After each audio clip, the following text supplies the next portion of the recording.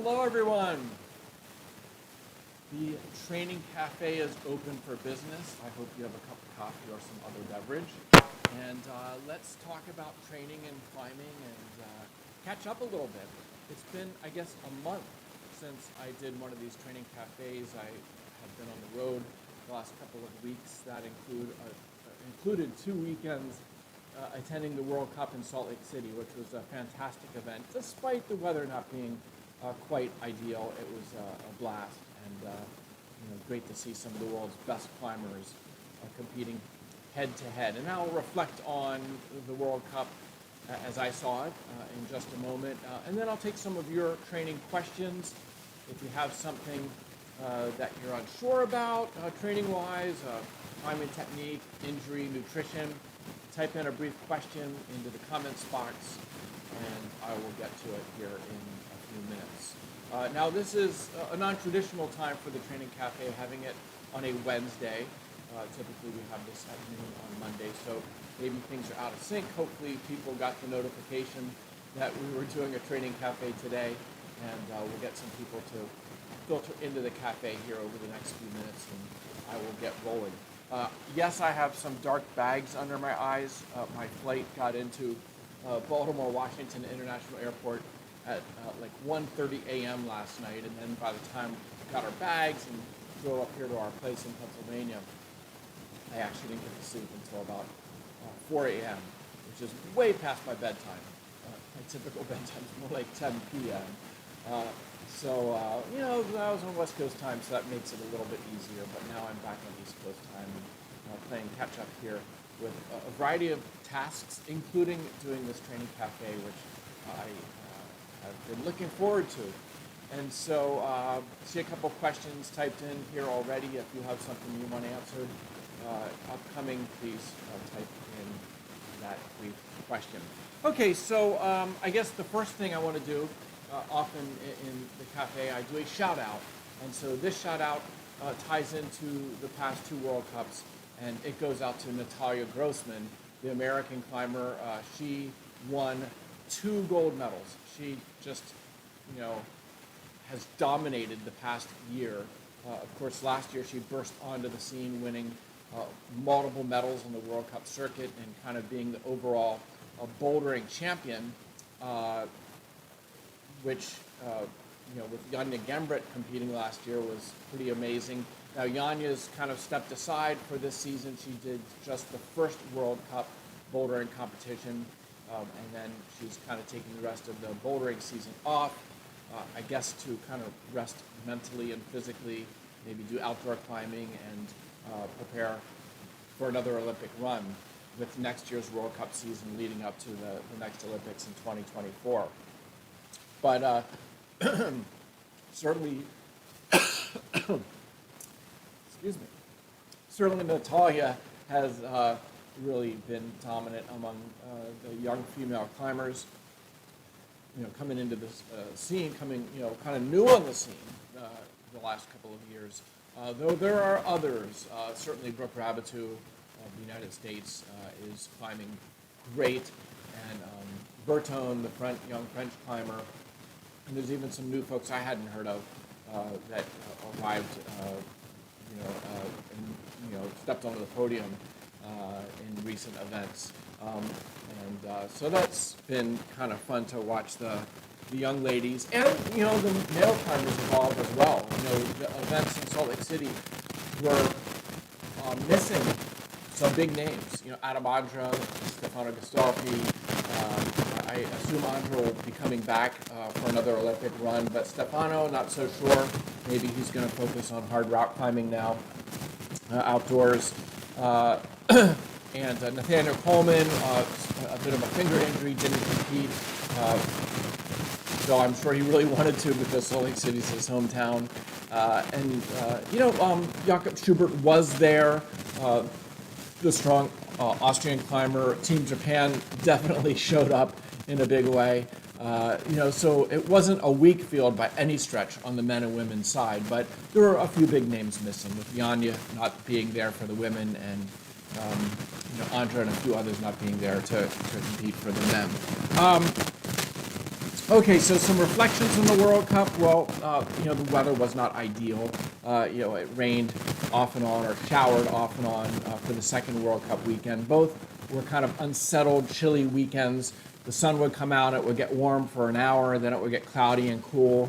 I guess from the competitor point of view, the cooler temperature is certainly a good thing because it could have been, 90 degrees, for some of the time if summer-like weather would have shown up in Salt Lake City.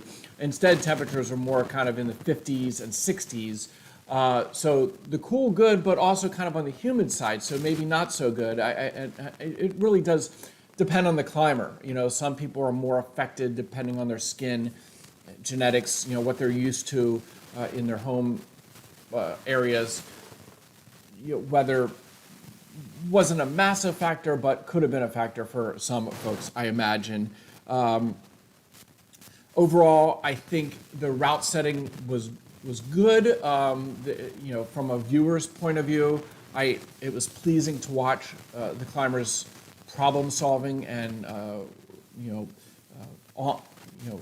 some of them on-sighting, many of them flashing, I guess is the proper term, the boulders.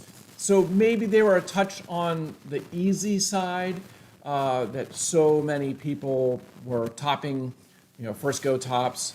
A couple of the rounds, the results and who was going to advance came down to attempts because so many people topped the problems that they had to kind of, use attempts as a tiebreaker. So that's not ideal. And I certainly do think, like, for instance, if Yanya would have been there, the route setters would have had to set harder. But without her being there, maybe they didn't want to take a chance that they would shut down the bulk of the climbers, and what they ended up with was easier routes that were sent. And again, from a viewer's perspective, it's fun to see people sending, but from a competitor's perspective, maybe it could be frustrating if you have, in semifinals, a dozen people topping all four routes, and then you're going to attempts to determine who moves on to finals. Perhaps that's not quite ideal.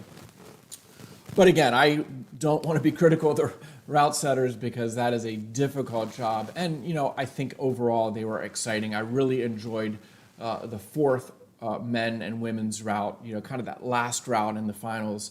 I think both weekends they did a great job to make fun routes that would get some, exciting tops. And, it's really interesting from a coaching perspective to watch the problem solving.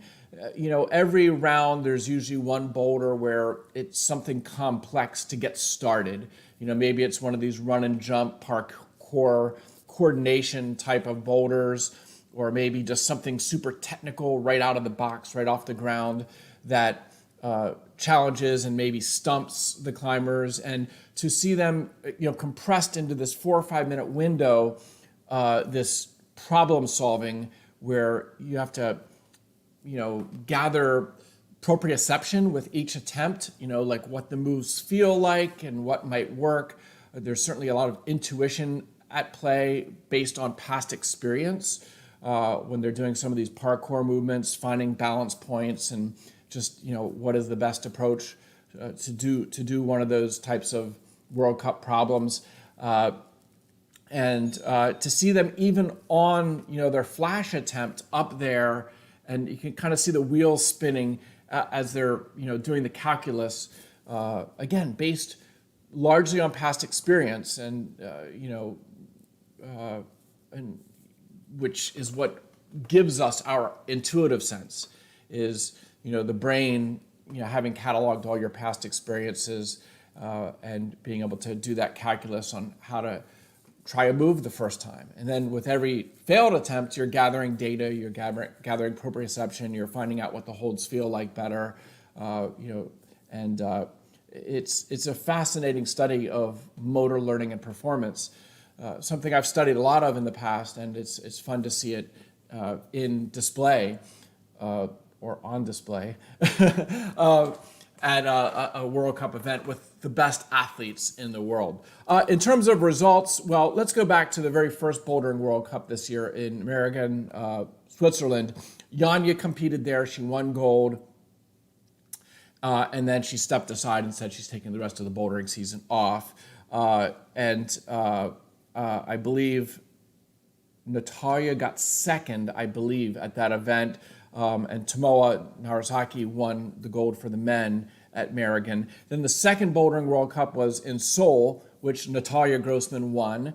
And Brooke Rabitu got third place, so bronze medal. And Kokoro Fuji, another strong Japanese climber, won. And then the third and fourth World Cups were the two that I just saw in Salt Lake City. And at the third World Cup for the men, it was the young French climber Medji Schlack who won gold. Amazing performance. Surprisingly, he didn't even make it into semis for the second Salt Lake City World Cup. But he did win gold in the first, and Natalia Grossman won gold as well. And then the last weekend, just a few days ago, the fourth World Cup of the season, the second at Salt Lake City.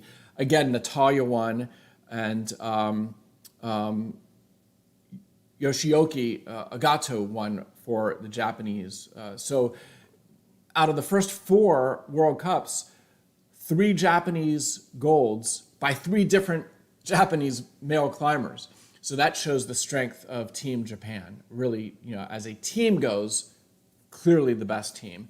And also Miho Nanako won, what did she get? Silver at the World Cup this past weekend, with Grossman getting gold and Brooke Rabitu getting bronze. So, a couple, strong performances there by men and women climbers from Japan. So summarizing, I guess, these first 4 World Cups, Grossman, what can you say? She's won 3 golds and 1 silver. Brooke Rabitu not far behind. She has not won gold this season. She has 2 bronze and a silver. But I'll tell you, both of the Salt Lake City World Cups, Brooke could have won gold. In fact, 2 weekends ago, if she would have, she topped the route as the clock was running out.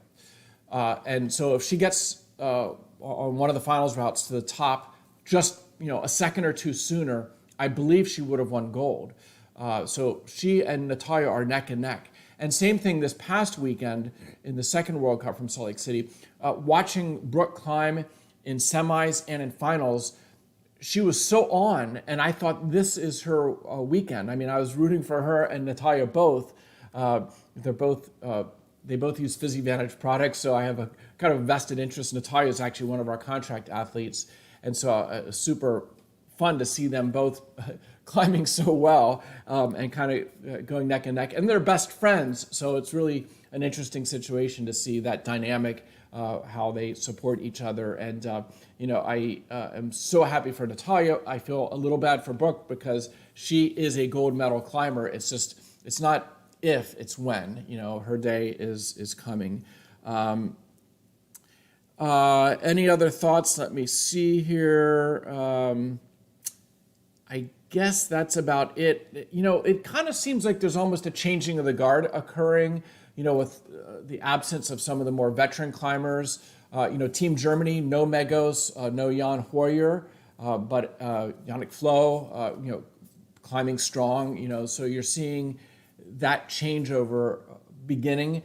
Even with Team America, the young climbers age 18 or even 17 to 22, there's a bunch of them. I think there might have been 8 or 10 male and female climbers from the United States competing at Salt Lake City, and several of them made it through to semis.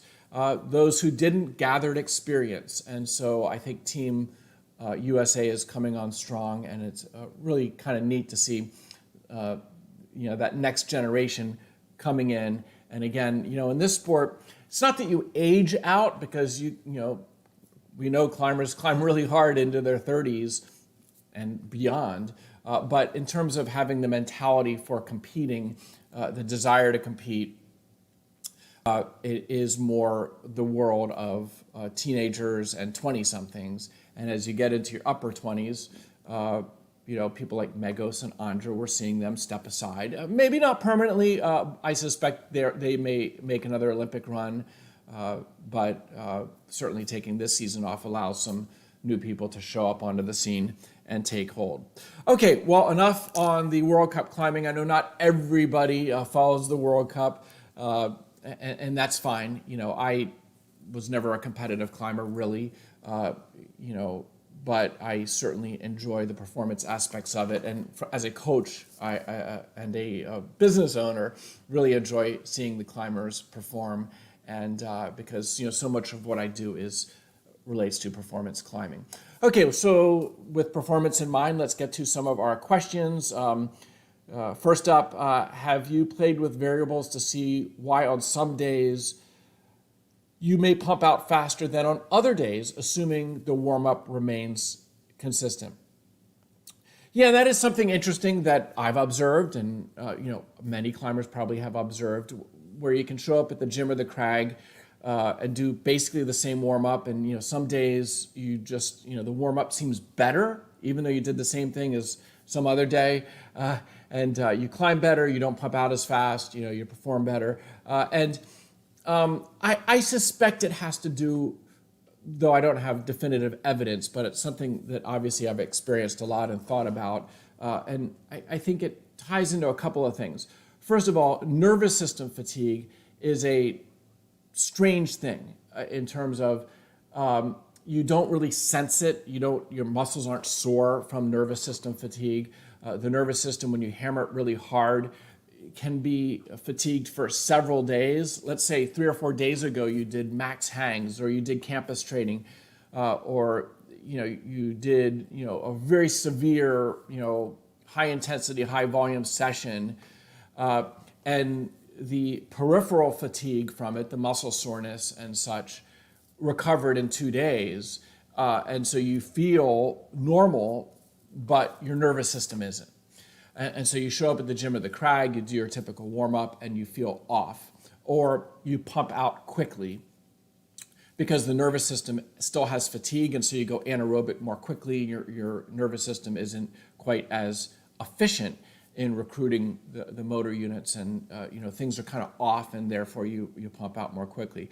I think another reason is relates to and this is something there's being some research done on, and when you occlude blood flow and have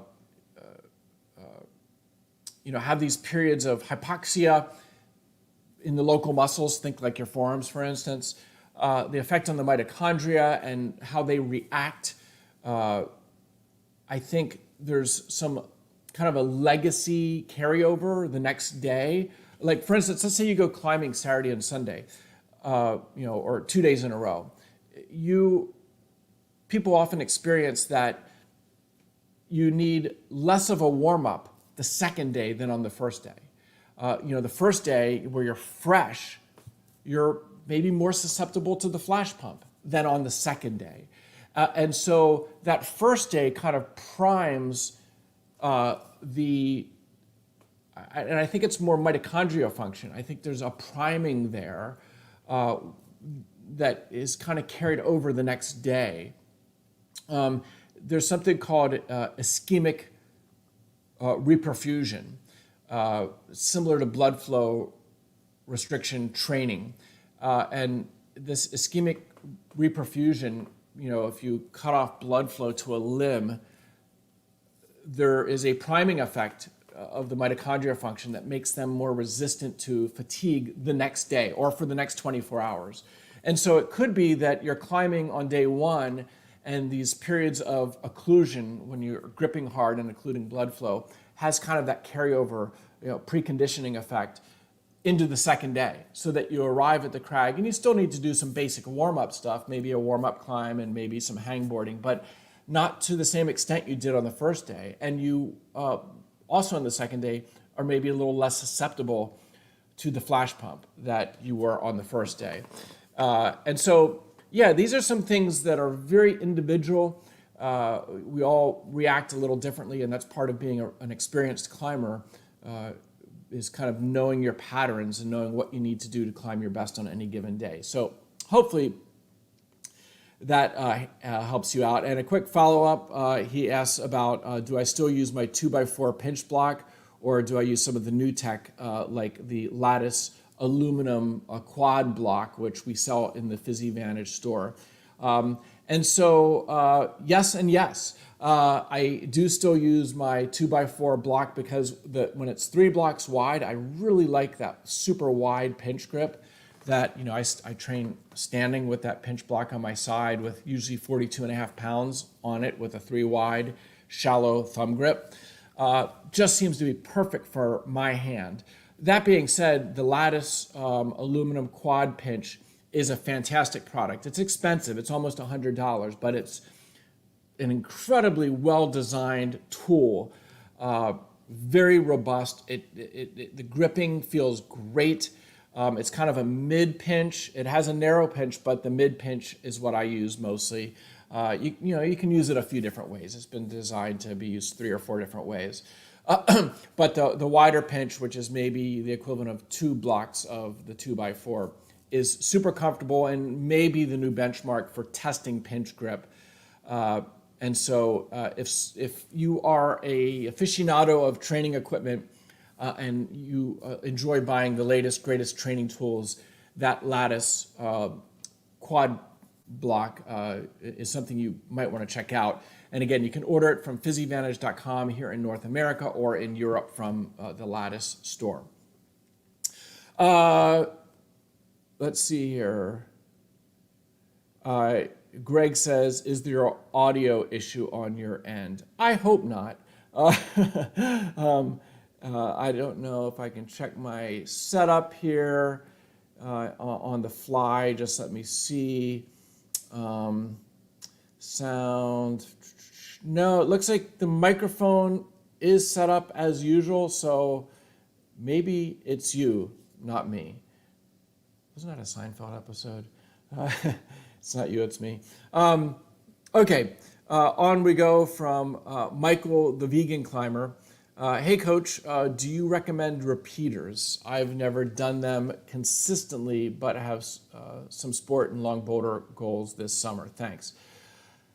Yeah, I mean, you know, repeaters are a strength endurance training protocol. You know, because you're doing many hangs in a row and many sets of hangs. And so, yes, I do those when that is the goal of the workout, is to train strength endurance. Or if you're doing repeaters at less than body weight or a small fraction of your maximum voluntary grip force, you can even train the aerobic energy system that way.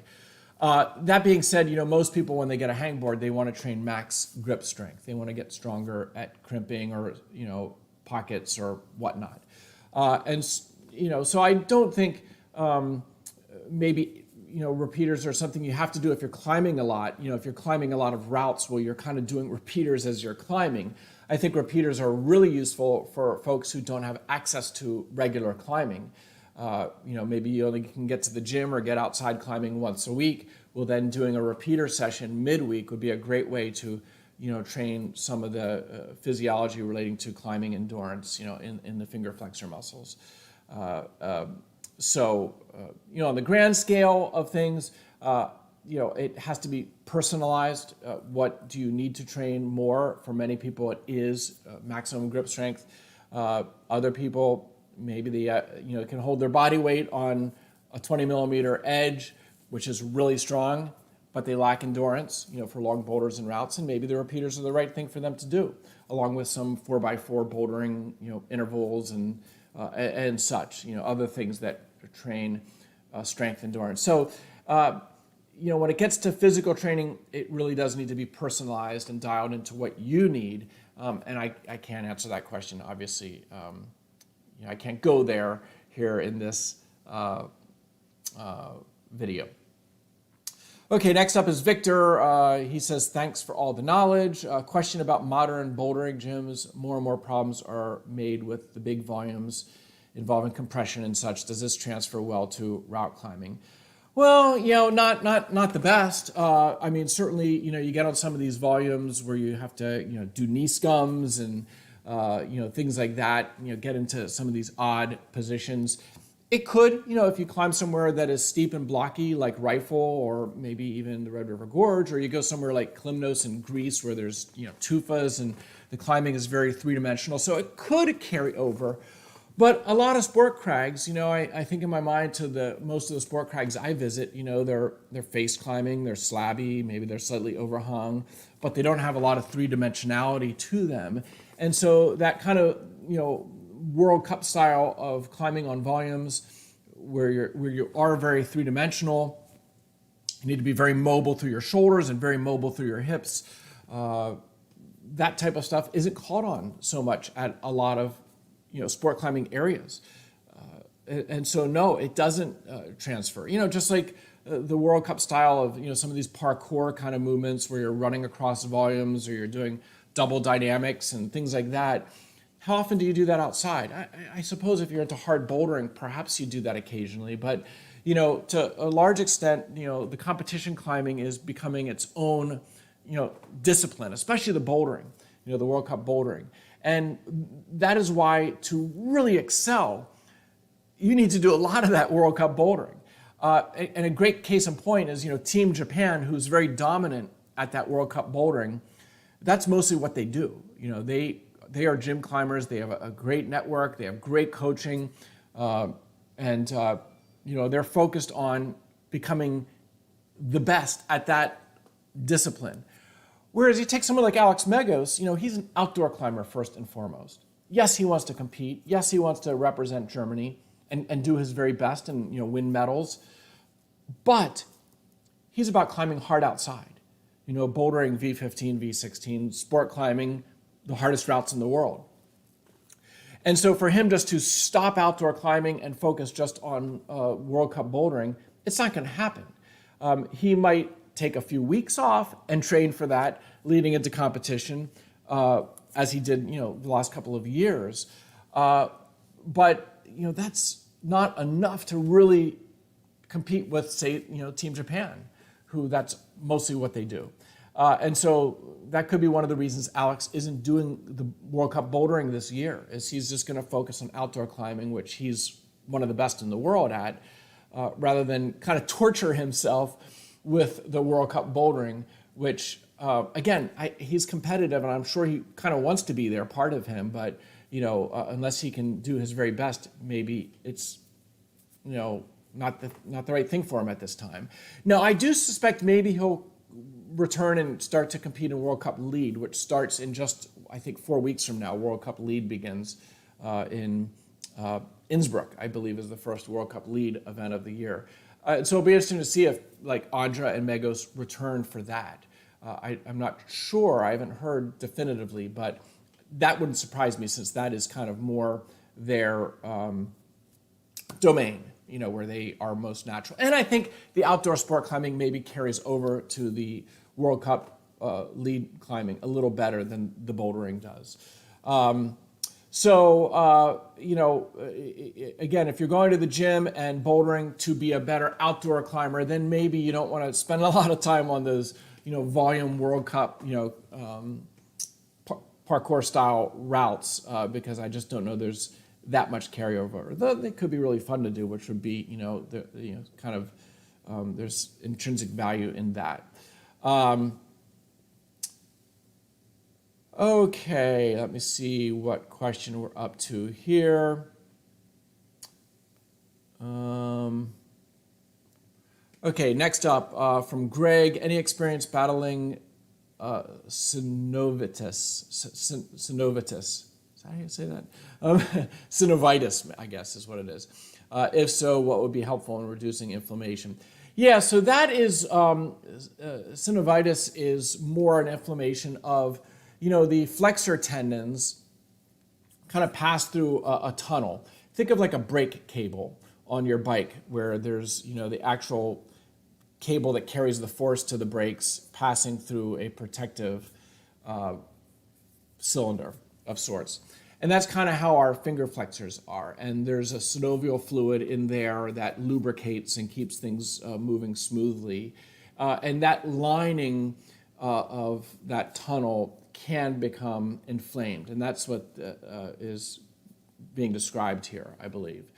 So it's not the classic A2 pulley tweak or tear, but it's more an inflammation. And so that is something I've never experienced in my 45 years as a climber, though I have had pulley, tweaks and tears, as most climbers will if you climb long enough. But my understanding is that an inflammation, synovitis, can be a bugger, when it does occur, because it just gets provoked potentially by anything. And so I guess my recommendation is don't do anything that you sense is provoking it. If you can do some rehab type training, low load, maybe BFR, maybe some less than body weight hangboarding, some big hold climbing. If you can do that and not provoke it, then perhaps that is okay and could even help the healing process. But anything that provokes it is likely just going to draw out the problem longer. And, I don't have any great advice. I don't know that there's a intervention in terms of ibuprofen or NSAIDs or collagen or anything that's going to hasten recovery from that particular injury. I'm sorry to say. So, you might want to do some research on it. I know Volker Schofel, the German doctor, a good friend of mine, his book, One Move Too Many, which is kind of the text on climbing injuries, has a section on that. You might want to pick up that book and read the few pages relating to that injury in his book just to see from the doctor's mouth what he recommends as being ideal. But since I've not experienced it, I don't have any firsthand advice.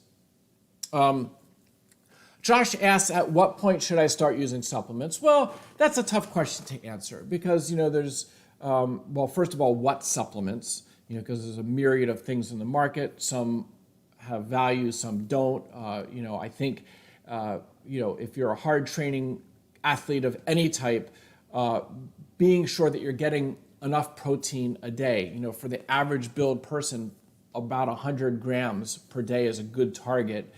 If you have a bigger body, perhaps 120, 130. If you're a real, lighter climber, shorter climber, maybe 80. But I know a lot of climbers and myself at times over the years, just the way we eat, we don't get enough of that protein, especially if you don't eat much animal products, especially if you eat small meals or just snack. You might perceive you're getting enough protein, but when you actually look at the data and add up the numbers of what you're consuming, you discover you're only eating 60, 70, or 80 a day when you should be getting 100. And that impacts, muscle recovery, strength gains, connective tissue health, and so on and so forth. So, for even a beginning climber or athlete who's going at it pretty hard, there could be some value in supplemental protein, high quality whey protein isolate, perhaps a high quality hydrolyzed collagen like supercharged collagen from PhysiVantage. They could be quite helpful from the get-go. And then there's some other supplements that might be less relevant or less useful to the beginning climber. Things like beta-alanine, microdosing creatine. I do not recommend creatine loading for climbers, but taking a few grams a day can be helpful with recovery for climbers. I don't think those things are necessary for a beginner, but as you become a higher performance climber, perhaps it can make some difference. Things like green supplements, if you eat 5 servings of vegetables and fruits a day, you don't need a green supplement. But if you're like me and you have maybe just 1 or 2 servings a day, then perhaps there could be some value with a greens supplement. Magnesium and vitamin D is something that almost everybody in Western society is deficient on. And so even for non-athletes, you probably want to be taking a magnesium supplement. Magnesium malate, I believe, is the best for athletes. and maybe 2,000 IUs of vitamin D and some vitamin K2, which would be, again, my advice to anybody, whether it's my parents, my kids, or just somebody on the street. There is strong research showing that most people are deficient in those two very important vitamins and minerals. And so I don't think I can give a strict answer to your question, Josh, but that there is some value. If you're serious about health and serious about performance, then there's some value in some supplements. And there's a lot of garbage out there, things that don't work. And that is my pledge to you, is that my company, PhysiVantage Nutrition, anything we sell, first of all, it works. Second of all, it's made with the best ingredients. And therefore, it's a bit pricey, but that is by necessity. If I'm going to make a valid product that I can feel good selling and know that it's helping my climbing and your climbing, I'm only going to do it the right way or not at all. And so that's kind of the PhysiVantage way. Okay, on we go. Victor has another question, and he says, when looking at books, podcasts, one could be afraid of everything to be done every week, like max hangboarding and repeaters and pull-ups and antagonist flexibility. How do you plan this out year long? Yeah, it can be overwhelming, especially if you are enthusiastic about training and you enjoy training, and maybe you're an information junkie, who listens to a bunch of different podcasts that relate to training and performance, and then you read books and articles, and it can lead some people down this path of a shotgun approach, where you just try to grab ideas and information from everywhere and do it all. And that, while you may feel well informed and feel like you're doing a good job by kind of embracing that approach of lots of everything, it's not really effective. You need to find out what you need right now, and that is a moving target every month, every season. What you need, the best training program for you isn't the one you're likely currently doing or the one you did last month. You need to be kind of, honing in on the bullseye of the target of what you most need right now. Is it mental training, technique training? When it comes to physiology, is it grip strength, or is your grip strong enough to climb the next grade and it's your core that's too weak? That's my problem right now. And my grip is stronger than my core when it comes to climbing. And so when I fail on a route, I might perceive its grip, but it's actually my core, that is making me over grip. And so, it's a challenge, and I guess you just need to pick your sources. Not every training exercise you see on Instagram is something you should do, or, it might not even be good advice. Not every expert on the internet, whether it's podcast or Instagram or website, they're not all created equal.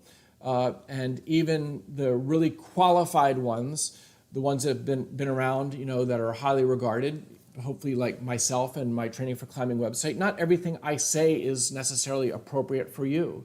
And, sometimes I get things wrong, and I admit it. In the past, 30, 40 years writing about training for climbing, I've changed my mind a lot on different topics and different things as new evidence, new data new research has become available.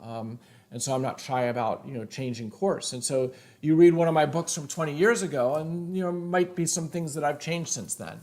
And so, you really need to be savvy and smart, and not take everything as being necessary or even 100% correct, because that might not be the case. So it's really a puzzle that you can have fun solving over the next 10 or 20 years of your climbing career. That's kind of the way I think you should look things as long term. And on any given day, say, what do I most need today? And if you can schedule out your workouts a week or a month or a few months in advance and have like a game plan, a system, that is the best thing to do. And not every exercise under the sun needs to be in that system.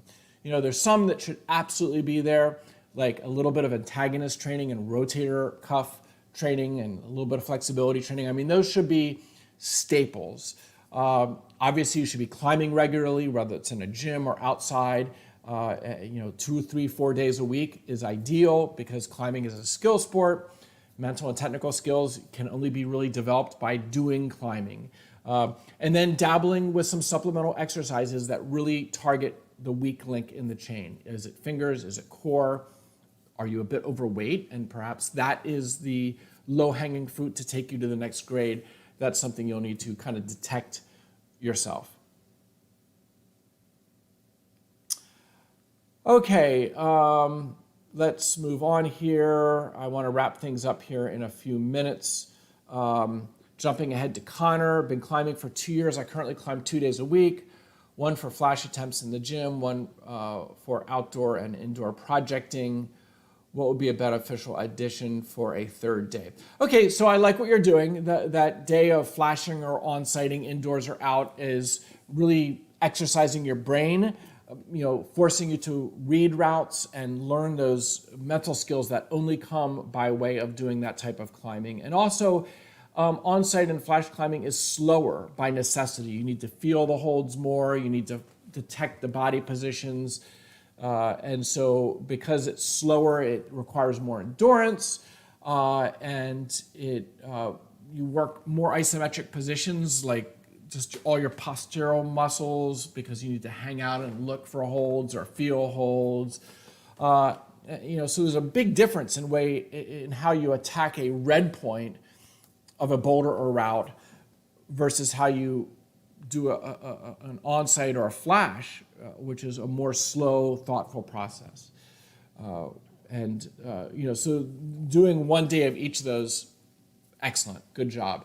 Adding a third day, I think I would make it something that is different from those two, and that would be where you are doing kind of an interval workout of some kind. The classic is the bouldering 4x4, where you pick out a route and you climb it 4 times in a row with just 30 seconds rest. The perfect boulder would be, since you're going to do it 4 times in a row, it needs to be submaximal, obviously. So if your max level is, let's say, V7, maybe you need to have a V3 or V4 so that you can climb it 4 times in a row. The first time it'll be probably relatively easy, but then you're only resting 30 seconds. Or really the way to do it is to rest an equal length to what you climbed. So if it's a long boulder that took you a minute, well then rest 1 minute. But I think it's better to select boulders that take about 30 seconds to climb, and then you just do the 30-second interval. And so there it's a 1 minute couplet of the boulder, doing the boulder and doing the rest. It's 30-30, that adds up to 1 minute. You do that 4 times in a row. And each time gets harder, obviously, and you get more pumped. And so that trains that anaerobic lactic energy system increasingly as you go through the 4 attempts. And then you rest for 5 or 10 minutes and you pick out another boulder and do the same thing. And then you rest 5 or 10 minutes and pick out a third boulder, and then, after 10 minutes rest, a fourth boulder. So that whole, bouldering 4x4 will take you around an hour, depending, again, how long the rest intervals are. And it's a very, very good workout for training that anaerobic endurance. And so that, would be a good supplement to, one other session that is more the route climbing, and one other session which is more the limit, projecting type thing. So there you go. Okay, let's see here. Nicholas says, looking for the next book on training, advanced level, which do you suggest? Well, if you don't have it already, my book, Training for Climbing, which is in its 3rd or 4th edition, I guess the current edition has Alex Megos on the cover doing lucid dreaming. That book is a few years old, but it's still quite valid. I plan to do a revision in the next couple of years. I don't know that there's any training book by other authors that's come out in the past year that is a step up from that, though it's possible. I am not aware of such a book.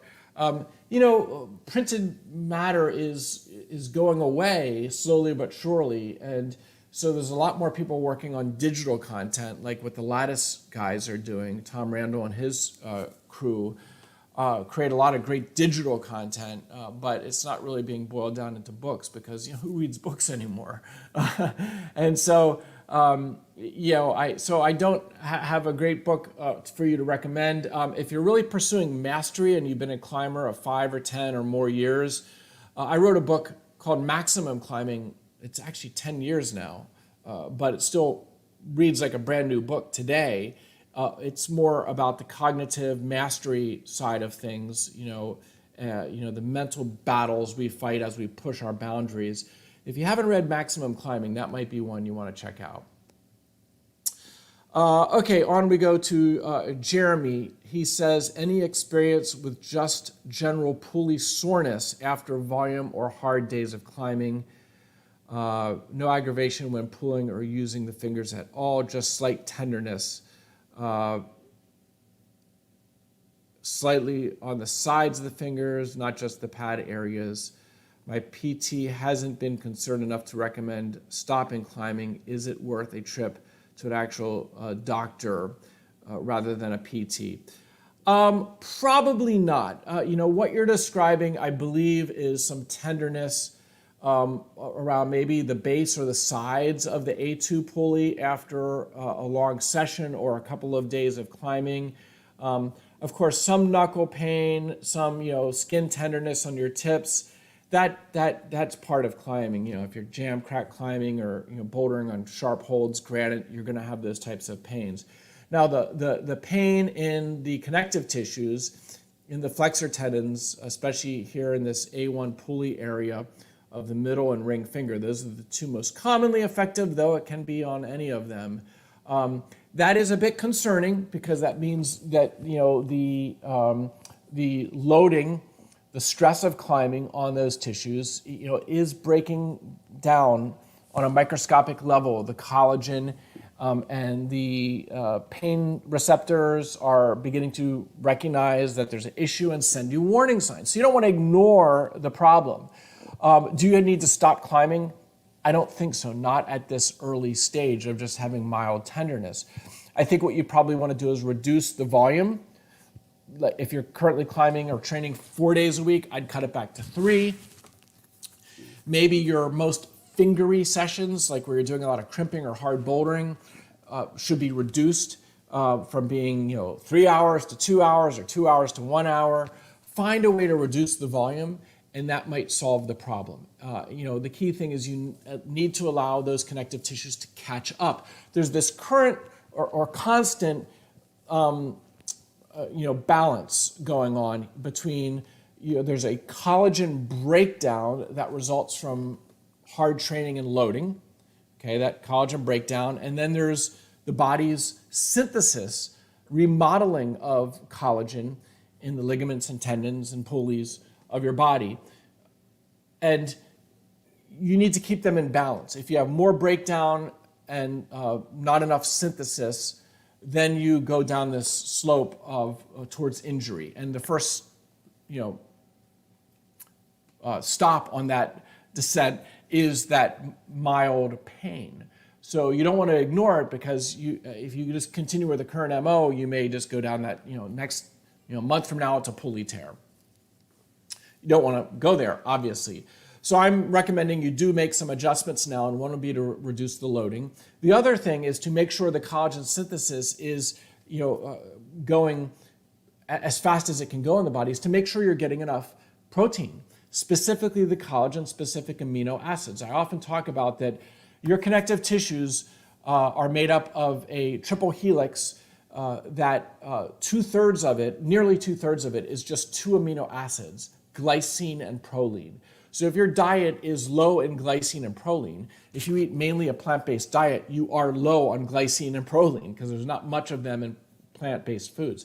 If you eat a lot of animal products, then you're probably getting a decent amount of glycine and proline.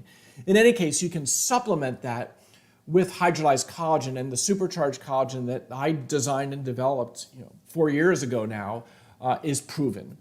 Read the reviews on physadvantage.com. It is, I think, has no peer when it comes to providing those 2 amino acids in a way that's kind of research tested and athlete proven to be helpful in supporting the collagen synthesis. And if you're not getting enough in your diet, you're not synthesizing as fast as you potentially could be.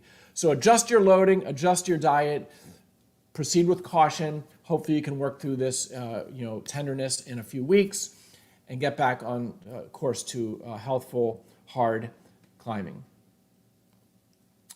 Okay, I want to wrap things up here. I guess this will be our last question. He says he just listened to podcast 53, 10 tips for pursuing maximum climbing performance. If you have time, could you talk about how you monitor your self-talk and limiting thoughts to the present before a climb? Well, yeah, I mean, the thoughts in your noggin are powerful. One of those classic sayings is whether you think you can or think you can't, you're probably right. And now getting up a route isn't as easy as believing that you can, but that's an important first step. And same thing goes for anything in our lives. Just kind of your attitude and mind talk and self-talk when you wake up in the morning and your feet hit the ground. Are those first thoughts, are those first things you say to yourself positive and encouraging and uplifting and forward-thinking and goal-oriented? Or are they negative and self-limiting, and focused on the problems in your life or the struggles in your life? And so learning to control that dialogue is hugely important. Now, we all have some of both. I have times that I am self-critical, and in small doses, it's actually important. Like if I mess up a sequence on a climb or make a mistake somewhere else in my life, you want to be able to be self-aware and correct it. You don't want to be Michael Scott, who has no self-awareness, right? Just does stupid things all the time. And shoots himself in the foot, and he has no awareness of it whatsoever. You don't want to be that person. So you do need to be self-aware, and you need to recognize and have some ability to be critical of yourself, but not so much that it wears you down and demotivates you and ruins your state so that you can't go about your day in an effective way. You go about your day effectively in climbing or anything by having a purpose, having goals, having focus that is, laser-like. And so you can get engaged in the moment and do things and be being the best version of yourself that you can.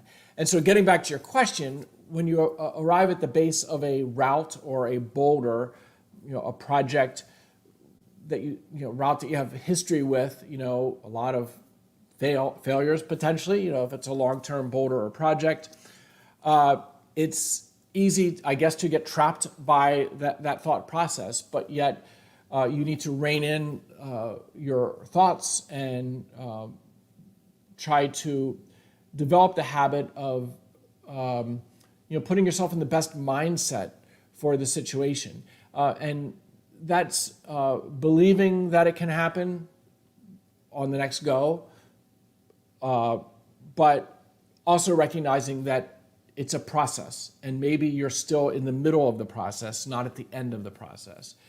And so I would recommend, always arriving at the route, in your mind thinking this could be the day, but also kind of relieving the pressure a little bit, saying, hey, if it's not the day, if I don't send it, I'm okay with it because I still recognize it's part of that long process. And so keeping your thoughts kind of focused in that way, and then when you actually begin to climb, one move at a time, it's just about execute. Like what I verbalize, sometimes even out loud as self-talk, I'm tied in, I'm chalked up, I've checked my knot, my belayer, I'm ready to go. and I will say to myself, execute, have fun. So kind of just focusing in my mind, okay, execute, let's just do the climb as I know it and try to execute as best as I can, and then have fun, because that's why we climb. So have fun, win, lose, or hanging from a quick draw, as I like to say. Have fun. And if you start up a climb that way, it puts you in the best position, I think, to win, to send. And so, harnessing your self-talk is a big thing. I don't think you can just do it when you climb. I think it has to be kind of something you do in your life. You try to take your self-talk to the next level. My book, Maximum Climbing, has a whole section, or I guess most of a chapter, as in training for climbing to some degree as well, has a few pages on harnessing your self-talk and how to redirect it. And a lot of it is reframing things, when you fall on a route or when something in your life doesn't go as you had hoped, rather than believing it's the end or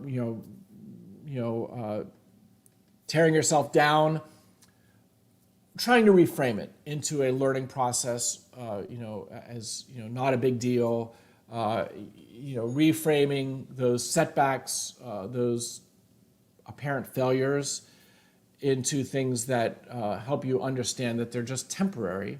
They're only permanent failures if you give up. And so, that requires mental agility, which again is something that, as a kid or a young adult, you're not really taught this stuff. And if anything, we're taught to think negatively. We're taught to be overly self-critical. I think social media, is damaging for young minds, because you see the best of everybody else and you don't see their bad stuff. And so then you compare yourself to that and you can get down on yourself. And so it's really fake, obviously. And so I think, when it comes to, that social media exposure, I think less is more. Spend less time looking at what others are doing and more time just doing your own thing and learning to kind of take control of your brain and your life. And that sets you on a course that is going to be uniquely wonderful and in the long term fulfilling, and probably the most high performance life you can live. So there's kind of some sage Hörst advice, hopefully, that you found valuable. Okay, so we've come up on just about 1 hour, so it's time to close the cafe for the day. Thank you so much for joining me. Do share with your friends about Training Cafe so that they can join us some future episode. I try to do these every other Monday. This summer, I'm going to be traveling, quite a bit. I'll be out in Utah, Wyoming, Colorado, the middle of the summer. Perhaps I'll run into some of you. If you see me at the Crag, don't hesitate to say hi. I'm always happy to talk training for a little bit. As we close the shop down, let's raise our cups and sit together in the spirit of climbing, which brings us all together. Such a beautiful thing. We drink. Until next time, have a great day.